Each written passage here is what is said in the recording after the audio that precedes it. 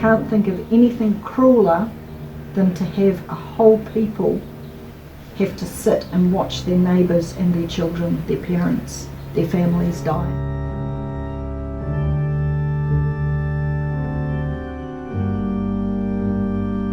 Rachel lives in New Zealand.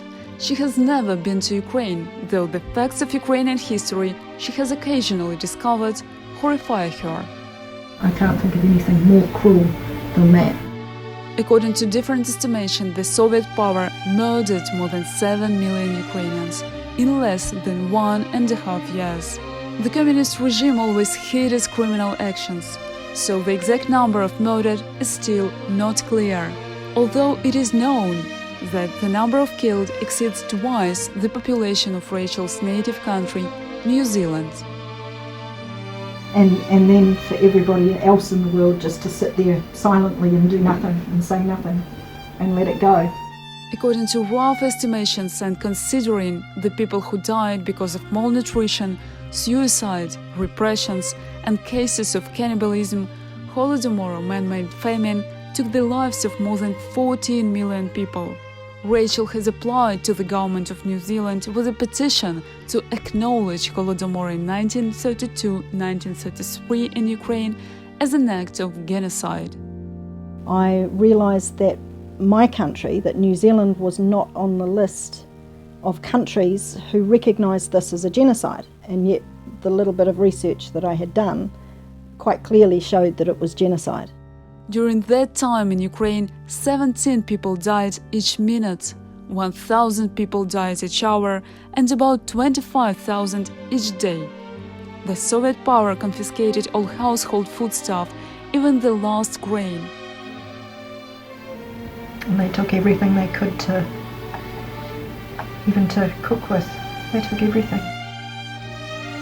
I think one of the things that shocked me the most was to find out that a law had been passed that said that a person could be shot for going in behind the harvesters and taking a handful of...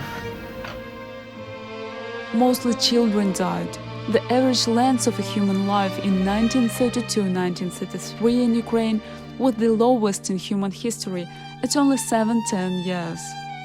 But to have it embedded in recognised history, I think is probably very, very important to generations to come.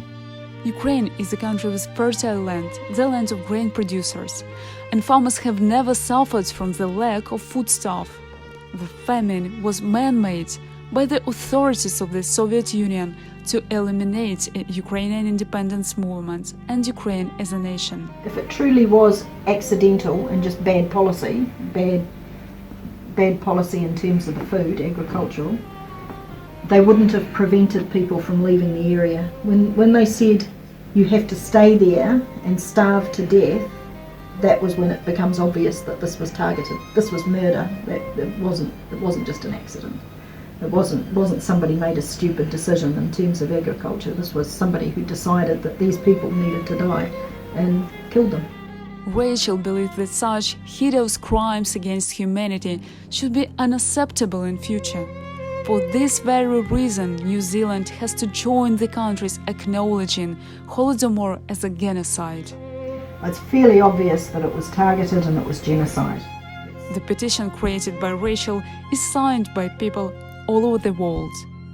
And they can come from anywhere. Those can be signatures from anywhere in the world. They don't have to be in New Zealand. When the petition closes, it will close on November 24th of this year. I then have a very short period of time where I have to have an MP, a Member of Parliament, present the petition to the House of Representatives, and then the decision will be made by Parliament whether or not to formally recognise this as a genocide.